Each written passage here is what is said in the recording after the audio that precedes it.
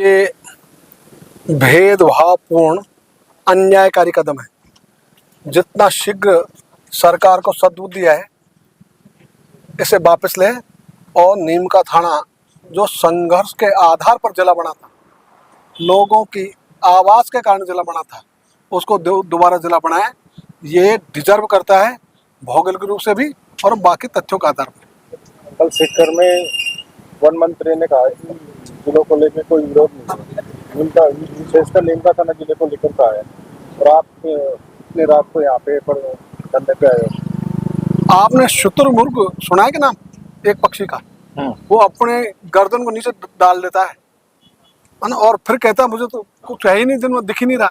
और शुतुरमुर्ग का तो कोई टिप्पणी नहीं की जा सकती उन पर, मतलब उनको कुछ नहीं दिखता तो नहीं दिखता। लेकिन अभी ये तो सब लोग देख रहे हैं कि यदि संघर्ष के रास्ते पर नीम का थाना के जिले के लोग वो डटे हुए हैं पूरे जोर से, अब तभी किसी को नहीं दिखे और आपके लोगों को नहीं दिखा तो ये अफसोस की बात है, चिंता की बात है। तो आगे सर, जिस तरीके से नीम का थाना जिला बनाने के लिए फिर से ये आंदोलन है, 21वां दिन है आज, तो आप किस तरीके से मतलब इसमें सपोर्ट करेंगे आगे? हम चाहेंगे ये आंदोलन सफल हो और किसानों का समर्थन, देश भर के किसानों का समर्थन जी इस मुद्दे के साथ होगा जी। और हम चाहेंगे सत्य, शांति, अहिंसा के रास्ते पर हम सब चलकर इस संघर्ष को जीते। तो मैंने ये भी कहा है, हमारे राजस्थान में पहले जैसलमेर जिला था, उसमें एक ही विधानसभा थी, अब तो 2 हो गई जी। प्रतापगढ़ जिला है, वहाँ 1.5 विधानसभा है। जिले हैं ऐसे भी, नहीं होते तो समझ में आती। तो यदि वो किसी पैरामीटर की बात करते हैं तो सभी पैरामीटरों में नीम का थाना जिला फिट बैठता है। और ये संघर्ष के आधार पर बना था। मुझे ध्यान है जब जनता उमड़ी थी जिला बनाव के लिए, यहाँ से जयपुर तक लाइन लग गई थी, ये कम बात नहीं होती है। तो जो जनता की आवाज थी उसको दबाना ये किसी भी दृष्टि से न्यायोचित नहीं कहा जा सकता। सर, जैसे संघर्ष यहाँ पे चल रहा है, बड़ी सभाएं हो गई हैं, आईडीसी सीबीआई वगैरह इत्यादि लोग प्रशासन सूचनाएं भेज भी रहे हैं, फिर भी सरकार के मंत्री बार बार अनदेखी कर रहे हैं, आंख मिचोली कर रहे हैं कि कुछ हो ही नहीं रहा, कोई विरोध नहीं है।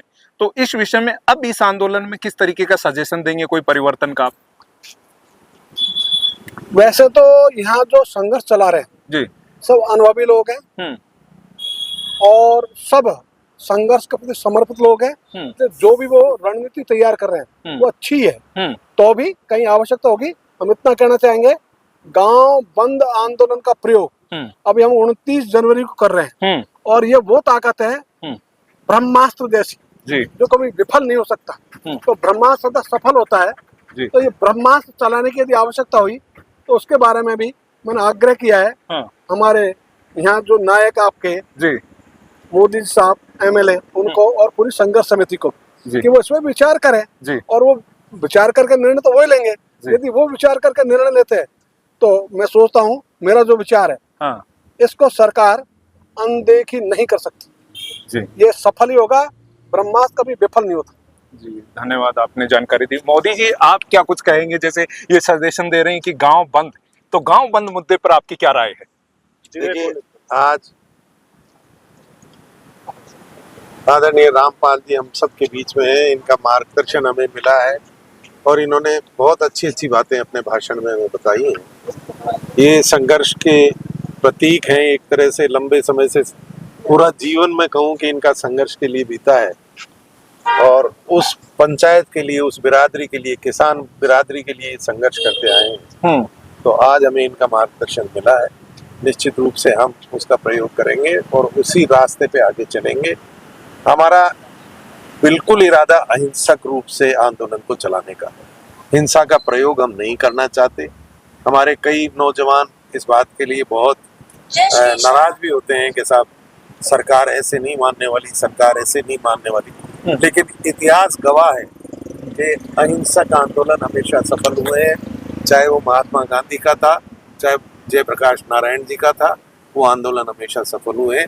तो हम जब तक हमारा बस चलेगा हम इस आंदोलन को हिंसक नहीं होने देंगे।